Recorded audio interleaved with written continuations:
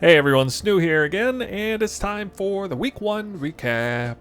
Yeah, the recap is I've had to be working, and so I'm not playing as much as I want to be. I got to play the first 48 hours, pretty much to my heart's content, and then I had to work every day since, basically. I had one day off in there. So I think I actually would probably have a Headhunter right now if I had taken the entire first week off. Based on how things are going. But let's open up with the screen here you see in the front, and it's my tool of choice when it comes to the Arch Nemesis mechanic. I've seen like gobs and gobs of different tools. People are making like crazy 4D chests, different things for display. I like this one. It's pretty simple. The main thing I'm concerned about is just double checking the recipe on things I want. I've got a pretty good idea about which recipes I care about, and I'm actually going to be making a video here very shortly going over kind of there's basically only 2 main recipes that I'm going for. 3 if you count sort of the who cares what, you just throw anything in kind of strat on day 1 stuff. Some people maybe like to continue that trend if you don't really want to think about the league mechanic and just kind of just put in anything halfway decent. But my choices for those things will kind of echo similar to what other people have been saying. I think my specific taste is slightly different, so you might want to stick around for that. But yeah, anyway, this is the website. I will link that in the description below. Again, super simple. If I want to check Innocence Touch, which is like the juiciest one of them all, I can go through and see here, and then I can see what this one is. Or, well, I mean, it just displays all of them right there, actually. And it doesn't go so far as, like, uploading which ones I have. Although you can select owned and stuff there. But it's not like it can, like, pull that information from my game and select which ones I have, which ones I can make. That would probably be the next step in the evolution of a tool. If you want to link your account to a tool like this, that would be pretty sweet. Maybe that'll come out sometime soon. Maybe it already is out. I'm not aware of it. Please say so in the comments below. I'm sure you all have your own various different tools that you're looking at. A lot of people complain, you know, why did GGG make this so crazy convoluted that people gotta feel like they gotta make all these tools? Well, me personally, I think it's kind of cool that the players can kind of solve some of the pitfalls, solve solutions for problems or pitfalls that the company may or may not have developed. So yeah, later on in this video I am going to run one map, kind of my default map that I'm running, and I will run one of my preferred recipes for you to see. Let's see here. I'm farming Blight and all the different Blight anointments, having to keep track of those because of the new extractor thing. That's kind of annoying, and I'm kind of working on giant list here. That's something else I'm doing. Oh yeah, and some major recipes down here. You can take a screenshot of that if you want. Still work in progress. But yeah, let me go into the game right quick. Boom! There's my tree right now. So if you recall, on day 1, I was all about, it was 3 things: Essence, Strongbox, and Harbinger. I stuck with those for about 2 or 3 days, maybe 4 days, with Harbinger anyway. Yeah, Essence, man, I liked it, but it just didn't feel that lucrative. Eventually, I got really bad RNG on Essence, to be honest. Eventually, I finally got like an Essence of Horror or something, and it was, of course, it was duplicated, these duplicated monsters. And much to my horror, it was only worth like 5 chaos. They're worth like at least 15 chaos in Leagues Past, so that was a real drag to see that. That was kind of the last straw for me after I wasn't, you know, making too much. I was making like maximum 2 chaos per deafening essence or something, and I was not even swimming in deafening essences. So obviously way too many people went essence, and it's just the market is just not set for it. Harbinger was one of my more anticipated ones, and it did prove to be pretty good. The problem is I'm running Blight, as you can see. I'm transitioning into Blight, and that's all done now. And Blight favors Toxic Sewer or Waste Pool, I think. And this, if you check the prices of those maps, you'll see both of them are quite high now. They're upwards of 7 or 8 chaos apiece. That's really saying something, because most maps are not going for that price. I'm not even aware of any other standard maps that are going for like 8 chaos apiece. Maybe there are. You let me know if there are. And I was doing Harbinger, and the problem is in there, it's like super rippy. You get a King Harbinger in the middle of a toxic sewer tunnel. It's just... yeah, it really sucks. Like, it's hard to get through there and not die. So I dropped it for that reason more than anything. I really did like Harbinger, to be honest. They spawned really quick, and well, they were spawning their own monsters really quick. They die real quick. Didn't have to stick around. It was one of the shortest mechanics there is. But there is a mechanic even shorter than Harbinger in terms of the time it takes to clear it, and that's Strongbox. Now, if I recall correctly, I was anticipating that I would be dropping Strongbox out of the 3 in order to pursue Blight, but lo and behold, it's the only one left that I'm doing. Turns out Strongbox is just freaking out of this world. It's unbelievably good. I've had, like these nodes up here, Strongboxes and Ares duplicate divination cards, 60% increased chance divination cards. You're basically tripling the number of divination cards you used to get, and that's, you know, also including the fact that all strong boxes are corrupt and rare. The same deal with currency, getting really good currencies as well. I've never gotten a double exalt drop out of the strong box yet, but I suspect it'll happen fairly soon. What I have gotten is a double alluring bounty drop twice. So I've gotten 4 alluring bounty cards. Those are worth like 1.4x a piece, and I've gotten, you know, like many others, really good cards too. None that are worth a full like patience and stuff. So yeah, definitely liking the strongbox. Operative strongbox is super strong. It drops a lot of currency and scarabs. Now scarabs are cheaper than usual this time around, but I really like the sort of self-sustain and then just accumulating a lot of scarabs. And I've already sold my scarab tab on TFT once already for like 4x. I'm already starting to build up quite a tab again. So yeah, really liking that. And you know, you really want to have at least one mechanic that you can put in the Atlas passives. It's on the Kirak Atlas bench passives. Ambush is, and that's the one I'm going for. Domination is also an option. I did end up going Shrine. This was kind of out of left field. Really wasn't expecting it, but somewhere around day 3 or day 4. God, I forgot the content creator's name, but he's the guy that's always pushing the goal. And it's really gaining some traction, gaining a lot of traction from people, because the goal is this helmet right here. Now I have a stellar version of it, as you can see. The helmet increases effective shrine buffs on you and 50% increased duration of shrine effects on you. I went ahead and invested in mine, a total of 3x to get that implicit, and I paid somebody to run lab service for 2x for that enchantment, because I really was dealing with mana efficiency issues on the ores. I'm cramming a lot of ores in. And then, you know, these shrine nodes here, God, they're so powerful. I don't even care about the Covetous Shrine one, honestly, but I know it's really good. Oh, that's not a shrine one. Here it is. Yeah, areas contain additional shrine. And then if you run... So what I recommend, if you're thinking about doing the shrine thing, is you run Domination to get 3 extra shrines, and it just makes your character, like, practically invincible if you got, like, that many shrines running around. And then what's super cool, super freaking cool, is this Sextant. Areas contain additional Gloom Shrine. Honestly, if I could go back in time, I would have probably done, like, some crazy, like, Delirium strategy like Path of Math did, who apparently already has his Headhunter. Because, dude, with the Gull, this Sextant, and the Shrine nodes, you could have, like, absolute garbage gear and a not even, like, top-tier League Start mapping spec, and you would just mow down the map. In, like, 60% Delirious. You would just mow down everything. Wow. So...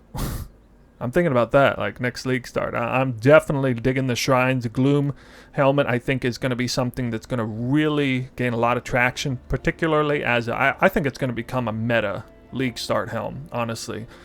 Because of the Atlas, the way it's working now, and especially because you can like extract sextants out, and then you could like buy the Gloom Shrine if you really want to, which would be super viable and actually worth doing if you're doing some kind of challenge thing, like if you're, you know, just farming, like you're doing high juicing Breach, for example. I mean, Gloom Shrine on Breach, jeez, that's so good, or Abyss or whatever. Just make things super easy. And like whenever I take a shrine, it lasts for about 2.5 minutes. That's the entire map basically. So you know, you may find the shrine really late, but anyway, enough on shrines. I definitely wanted to drive home a point about shrines. That was out of left field and totally all about it now. Of course, I picked up all the Blight nodes, and so I had to drop, you know, essentially drop Essence for that. I had to drop Harbinger to pick up the map boss nodes. So basically, I'm farming Strongbox, Blight, and map boss. Well, I'm farming Blight, Strongbox, and map boss in that order, essentially. And then Delirium, I suppose you could say, with a few extra spare points, just to increase the chance of spawning a Delirium mirror. You know, this is kind of the same thoughts I had last season, where it's just, there's not that many other mechanics that feel worth the extra time to do. Now, you know, I could have maybe done, like, Abyss. Abyss doesn't sound like a bad idea in Toxic Sewer Waste Pool, but honestly, I just kind of wanted to get the Blight, get in and out. It doesn't take a very long time to explore all of Toxic Sewer or Waste Pool. Both those maps seem pretty equal, but rumor has that Waste Pool is actually better with the constricting of the lanes, even though it doesn't make a whole lot of sense why. I'm trying to, you know, currently I'm devoting a lot of, like, my subconscious mind to, like, trying to really look at the map layouts and see why, you know, maybe Waste Pool would be a lot better than Toxic Sewer, because on its face it doesn't look like it would be. Toxic Sewer is actually a longer map than I thought it was. I thought it was significantly shorter than Waste Pool as well, but that turns out not to be the case. Anyway, there's a lot of little, you know, meta testing to be done there between those two maps. Definitely think either one of those is probably best. You know, the really nice thing about both of those maps is they're next to each other in the Atlas, so that whenever, you know, I'm actually able to rely on the fact that the map boss drops an adjacent map often, and that's helping me sustain those maps. You know, they're getting pretty expensive, and it's a little bit hard to sustain them, even with a full clear with an influence, without any of the major map nodes, because I wanted to drop those in favor of other things. Yeah, so I'm working on. I'm actually using some cartography scarabs around here. I just started doing this. They're super cheap, you know, so if I can start getting a surplus of Waste Pool or Toxic Sewer, I'll start selling them at 7 or 8 chaos a piece, though. Definitely don't mind that. Maybe I am thinking about trying to figure out what other possible scarab I would use here, but for now I got a sacrifice in there. It seems like Polished Ambush is the best bang for your buck right now. And as you can see, I'm about to run a Toxic Sewer. And before that here, I'm going to show you here. So, Insightfulness. Here, let's go back down here real quick.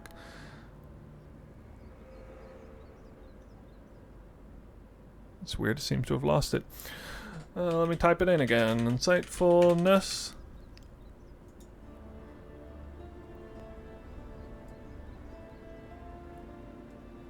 Why? I got the old... Damn that old website. And then that's not the right. I was like, Jesus, so many fake or garbage or outdated websites. Insightfulness, there, this one's actually updated.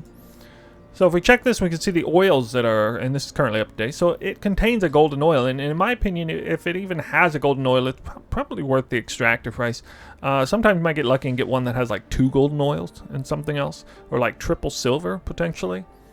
But if I use this extractor, now I'm not 100% sure about the weightings on this, but as far as I know, there will be a 1 in 3 chance that I'll extract a golden oil out of this. So let's see if that works. I did. Well, okay. So I think I had a 1 in 3 chance of getting golden oil. Golden oil is worth 40 chaos. Probably a little bit more, actually, because it always seems to be worth more than what the site says. I'm listed at 48. I'm honestly expecting... They're going to go up. They're just going up in value anyway. I'm kind of expecting it to go up over time. But we'll see. Got a few oils already sold. I've already sold numerous of them. I'm trying to sell them in kind of semi-bulk. I got kind of a bulk of maps starting to build up. I actually am running some Blighted maps because, as you'll see, Blighted maps, well, you can't see now because I put in the game, but I'm looking at T16 and it's only like 18 chaos. A T14 is like 14 chaos. They seem to actually be going up a little bit, but some of these are still showing up only like 10 chaos. And apparently right now people are having a hard time opening Blighted maps. Now, there is some weird bug going on. Probably has something to do with the programming on the map where when you like open the map, if for some reason it bugs out and can't spawn the lanes where it just won't open. There's probably some weird, you know, GGG spaghetti code or whatever. And you may have to try like 10 or 20 times until it actually allows you to open the map.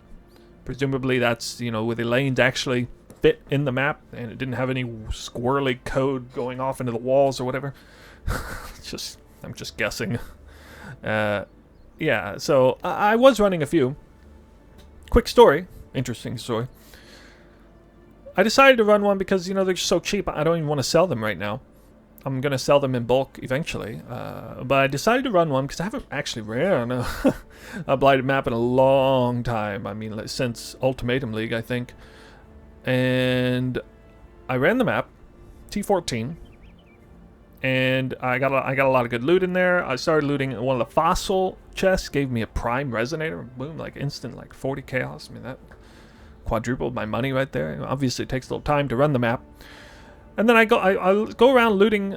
You know, I'm starting to loot the chest, and I see the red star on the loot explosion area. I was like, oh, what is that? And I go over there, and it's a freaking doctor card, just laying on the ground. It took me 10 minutes to figure out how that even happened.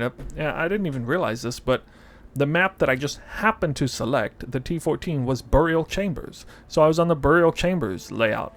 And so, just completely off my radar. But apparently, if you the divination cards that have dropped from the loot explosion obey the actual map layout. And I'm almost thinking, like, why wouldn't somebody run Burial Chambers every time if that's how it is?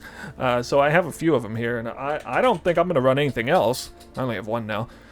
I'm probably going to run all my Burial Chambers and just sell the rest.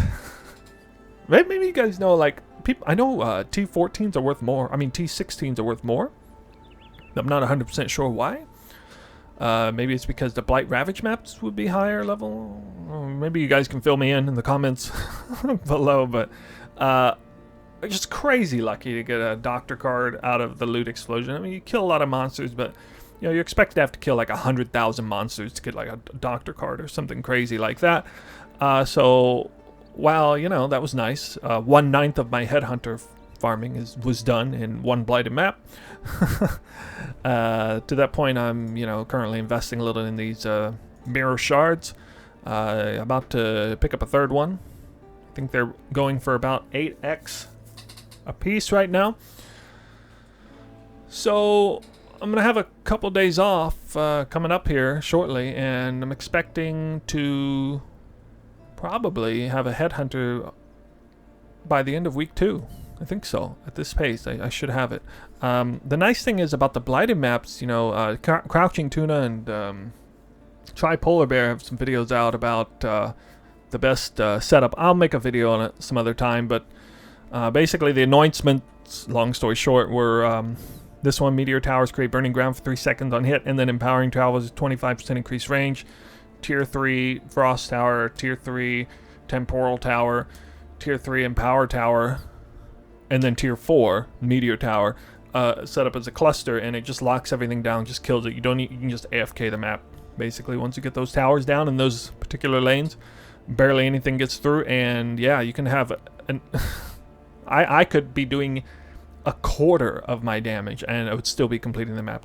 I've only ran like 4 of these. I'm already at the point of triple teal anointing and like corrupting and triple teal anointing my Blighted maps because that's how easy it is. And like, I don't even know what I'm doing when it comes to Blighted maps. I have like almost no experience with them whatsoever. So yeah, that's a good strategy. Let's take a look over the gear real quick. After day 1, so this was kind of like a day 1, or in my case a day 2 bow. This is a Porcupine 50 eye level bow, barely, only a marginal upgrade from the Quill Rain I was running. A lot of people were doing like Essence Craft to sort of jerry-rig the +2 socket and bow gems on a item that's too low a item level. I was using Fossil Crafts, and the problem with the Essence strategy is that you're going to have to spend at least 2x to get a +3 bow. Like, there's no other way to get around it. Really, you're going to have to spend at least 2x to get a 6-linked bow, just because of the nature of that craft. This one I have here, this was less than 1 exalt. This was about 70 chaos to get this bow. And I got T1 attack speed, which is super nice. And I got, at the present eye level, this is T1 projectile speed. I mean, it's tier 3, but it's the highest tier it can roll based on the item level. The only thing that could have made this bow better is if I didn't have the dex roll, I could have put chaos.multi. That was unfortunate, but I'm going to keep this all the way through because Blight, super easy. My gear was a little wishy-washy on day 1, day 2. I was dying a lot in the sewer. I was actually stuck at level 90. I figured a few things out. Getting the Gull situated so I could increase my Vitality gem. It was a big deal. And yeah, I'm doing a lot better with that now. Not dying too much. I think I'm level 92. Almost 93, as you can see down there. Moving across the quiver. Yeah, this is like some generic quiver. I just basically chaos fossiled this quiver. I really like the top tier projectile speed roll, tier 2 chaos.multi. Honestly, I should probably make a new quiver, but I don't really see a reason to, especially if I do blighted maps. Even just blight mapping, it's good enough. It's good enough for now. The neck is one of the worst slots I have now. The neck, gloves, and belt, as I said in my earlier video, they were like half day one items that I invested extra time in the axe to acquire because I knew they would have a great deal of longevity, those items and you can see I'm still using the exact same necklace, still using the exact same belt, and I'm not using the exact same gloves because the gloves I had before were these gloves minus the double corrupt with the max frenzy. Well, I decided I'd be smart and actually put a live search up for this particular glove, and lo and behold, it's shown up like 5 times. I got this for 40 chaos. Can't believe it. I got these gloves for 40 chaos. You know how good these gloves are for Toxic Rain? People just have it stuck in a, you know, they're just stuck in a paradigm of like, oh, you know, gloves, okay, it needs to have max life, high tier max life, triple res, right? Or like double influence culling strike or something like that. They don't even think about gloves like this. Like this is so much better than, like, these gloves are better than tier 1 life and triple tier 1 res. Absolutely. And yet tier 1 life, triple tier 1 res is probably like 4 exalts or something like that on the marketplace. This double corrupt is super amazing, and it makes it so I not only don't have to worry about getting the hunter influence good ring, which makes it much easier for me to get a high quality ring. I'll go into my rings next, but I'm also getting the free max frenzy. I didn't even have 7 frenzy charges in last league, and I have 7 frenzy charges this league. So the ring, I decided I wanted to try damage taken, recouped his life. I mandated tier 1 and a couple of strong resist rolls, and again, I've been trying to live search the same one with curse on hit, and it's like super expensive.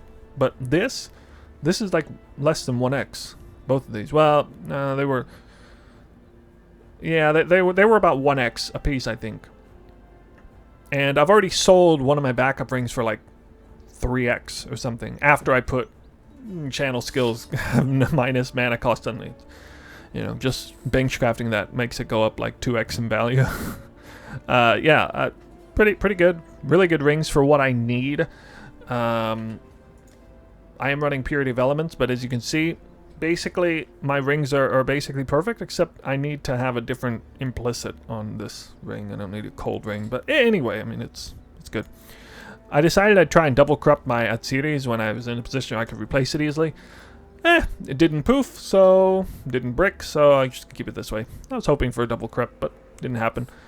Again, the Gull, I already told you about that one. Initially, I had a low-rolled Gull. This is a high-rolled Gull with everything. I had a low-roll Gull. I had to pay 1x for this as a base. It's more expensive now, but I bought this like day 2. Yeah, it's gonna be really easy to get this though. Like in day 1, halfway through the day, I'm just gonna. I now have 4 items I'm gonna do this with. So now next season, presumably, if nothing else changes, I'm gonna have the gloves, belt, amulet, and helmet, which I can set up for like just super long, high longevity items that are gonna last me all the way into the point where I get a Headhunter, and then I can, you know, figure out my gear otherwise.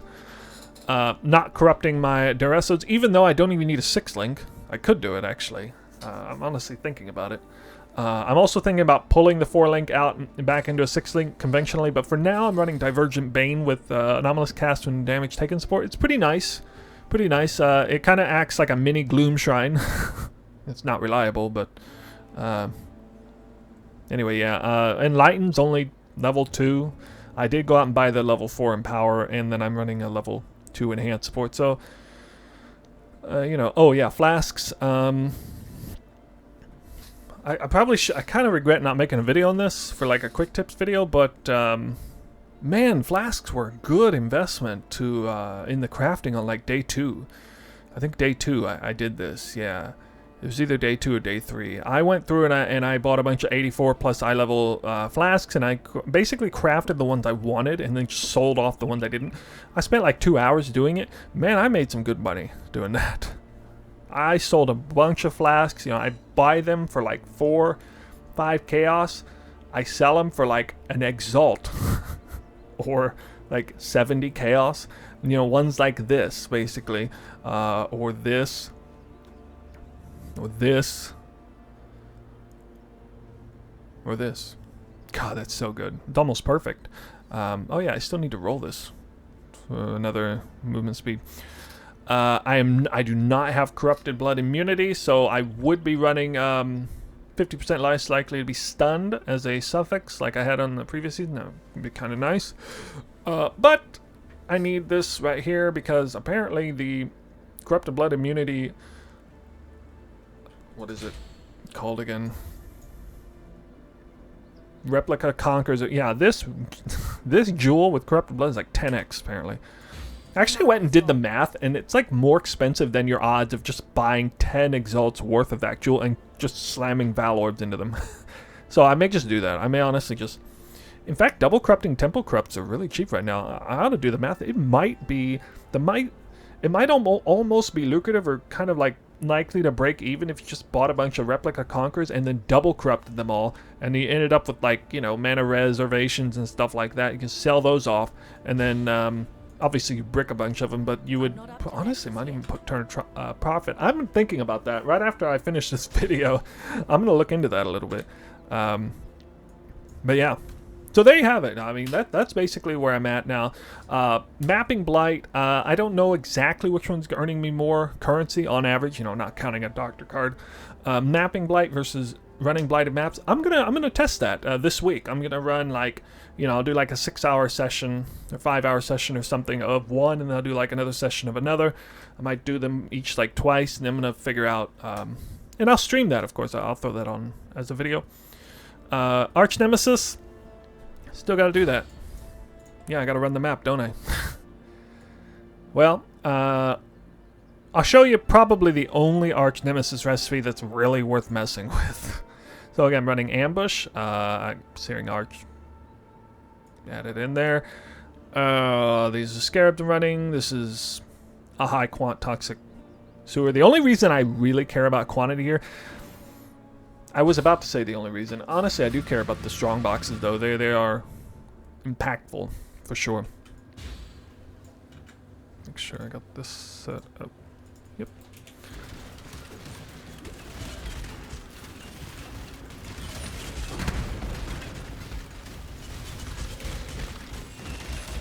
You get an idea for my damage, not bad. I'm super fast. I got like 200% movement speed by default almost. Definitely over 150%. I'm not just flying through the map, but I mean my gear, there's a lot to be desired in my gear. I am really just kind of running with league start gear here. I think easily the most expensive item I own is that Gull helmet. I don't think a single item otherwise, except for maybe my rings, not a single item I have is worth more than 1 exalt. That makes me feel good knowing I'm able to pull off, you know, the Headhunter farm with in such, you know, lackluster gear. I don't even run ritual. Not even doing that. So, okay, quick peek here. I'm going to make it a video also. I'm going to try this one here. I'm going to try Innocence Touch, Brine King, Katava, and Treant Horde. I might shift those around a little bit. Definitely these first two. For this one, the more conventional one, I'm going to do Mirror Image, Treant Horde, Opulent, and Rejuvenating. Now, I've never seen anybody do Opulent in a Mirror Image in Treant Horde version, but I tried this with Assassin for the third one. I tried it with the Gargantuan for the third one. I tried it with Rejuvenation for the third one. Necromancer for the third one. You know what? I don't like how it steals away the Scarabs drops from the Treant Horde. Because what always happens is, like, the second round is always the best. I always get the most Scarabs on my second round. And in the third round, I get fewer Scarabs. In the fourth round, I get almost no Scarabs. That's just kind of how it works. So this really helps retain the high Scarab counts through the third and somewhat through the fourth round. Rejuvenating seems to be kind of one of the better options there. Yeah, so we start with Mirror Image.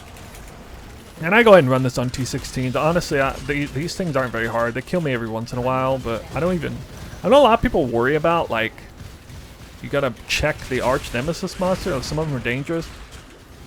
I don't really care. Like, maybe it's because Toxic Rain. I can just kill it, like, as it spawns, basically. Oh yeah, more on the Strongbox. Just earlier today, I dropped an Enlighten out of a Gem Cutter Strongbox. So, I mean, if I ain't sold you on Strongbox yet, well, I don't know. The only thing I haven't dropped out of one is... Actually, I take that back. I think I did actually drop an Exalted Orb Elf one once. It's hard to remember, but... Okay, so this combination is clearly, pretty clearly now, the best overall second, or the best overall first two choices in terms of, like, investment of time, investment of resources to set up. There really seems to be no stronger combination in game than Mirror Image followed by Treant Horde. Now, what you do with a third and fourth, a lot of people don't even care. Like, they say throw anything in there. I mean, to me, I care a little bit. You know, I like min-maxing things, even if it doesn't seem to be that big of a deal. There's the Gloom Shrine.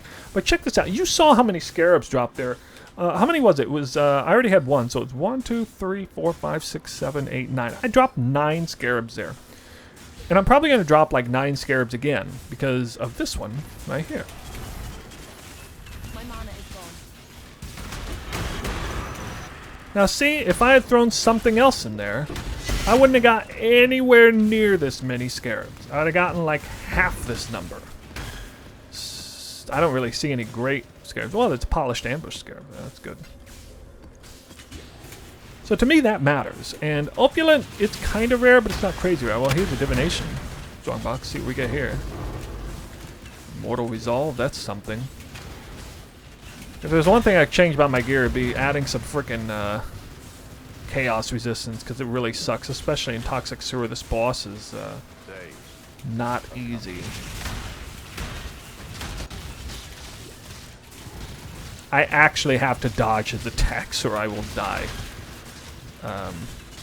Because I have negative Chaos Res.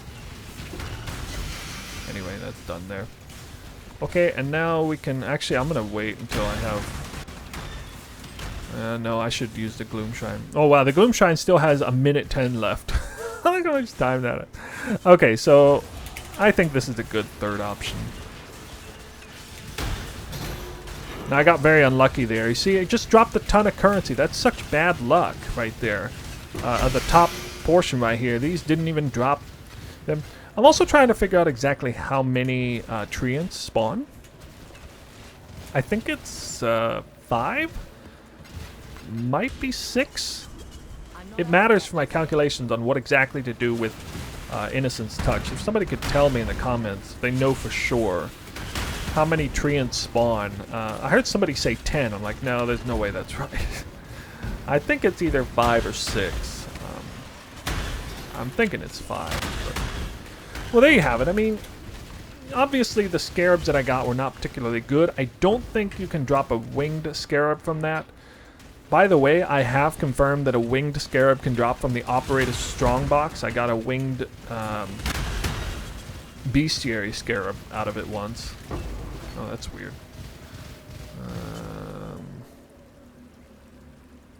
That one and that one, I guess. Look how easy this Gloom Shrine makes everything. It finally expired. I'm like going through here in slow motion. I'm not even like focused at all right now. I'm too busy making a video. I would normally already be done with this map. But that's incredible. Like helmet, all these shrine passives, and that honestly I think you can absolutely, it's just so broken, you can totally abuse like a day 1, day 2 league start by using the Gull and stuff. And I'm going to be theory crafting a lot about what potential builds there are.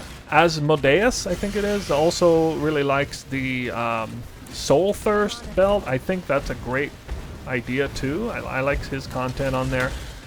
He has some pretty creative ideas, although he's kind of a one-trick pony with the Soul Thirst thing, but he does it well. Oh yeah, I haven't even done the Blight yet. That's right. You get like extra shrines. So many extra shrines. See, my shrines start off at above 2 minutes. That's freaking crazy. Now, my anointments and stuff are set up for blighted maps, so they're not optimal here. But the thing is, you really don't want to go scout towers in the toxic sewer or waste pool, because it's just everything is just walls and angles and stuff. Meteor is really good, really good. I mean, the flamethrower tower would be good too, honestly.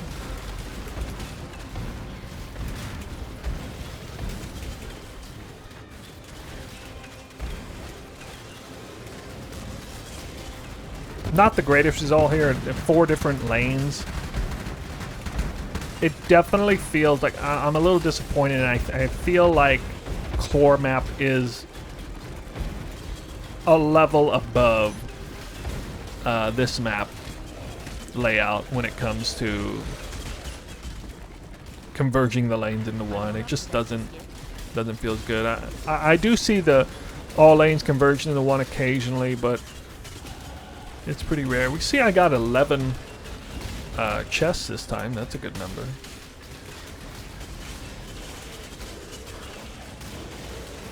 I should probably not be standing right here on top of everything.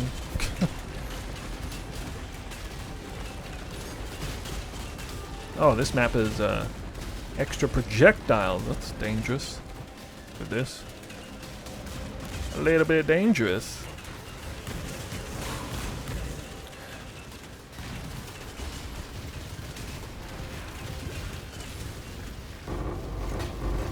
Well, we're finishing up the map. No blighted map rewards, unfortunately. I hope you guys like what you saw. You know, there's no magical thing I'm here to show you. It's just, I think it's a pretty good strategy. I feel like, you know, when I buckle down and I actually farm, that I'm making somewhere, you know, upwards of 5x an hour right now. And it's sad. Unfortunately, I haven't really had the opportunity to, like, sit down and farm for a day like that. I think I will get my Headhunter pretty quickly when I do, here, my next day off. But, you know, tell me what you guys are doing, too. You know, it's hopefully a pretty relatable video to you. I'm betting a lot of you guys who watch this also have jobs and also can't, you know, I'm obviously streaming here, but I'm not a real streamer when it comes to, you know, the mental projection of what people have in mind when they think real streamer. Steel infused. That one is hard to find. I'm really happy to see that. My mana is gone. Damn, arch nemesis. I suspect you guys are about as frustrated as I am on that. But yeah, that's my week 1 update. I'm sounding a little bit melancholic here, but actually I'm having a lot of fun. The melancholy is more about the fact that I have to work so much. I just have no time to really, like, stay ahead of the curve here. But if history is, or if history holds true, then just like in seasons past, You know, I just get better and better as the season goes on. A lot of people, you know, either quit or just get lazy or something, and I just pursue through to the end. I mean, most of you guys who are subscribed to this channel subscribed around month 2 of last season, so I'll be sticking around just like before. I'll make another update video after the first month. You know, I'll do day 1 update, week 1 update, month 1 update, and of course I'll make a lot of content in between with other things, and I'm going to be streaming more now. I had a lot of troubleshooting issues actually with my streaming platform. I think I kind of figured it out finally after 1 week. But yeah, video's done. So I hope you liked it. Leave a comment below if you have any questions, any comments, or yeah, want to talk about anything at all. We'll see you guys in the next video. Bye for now.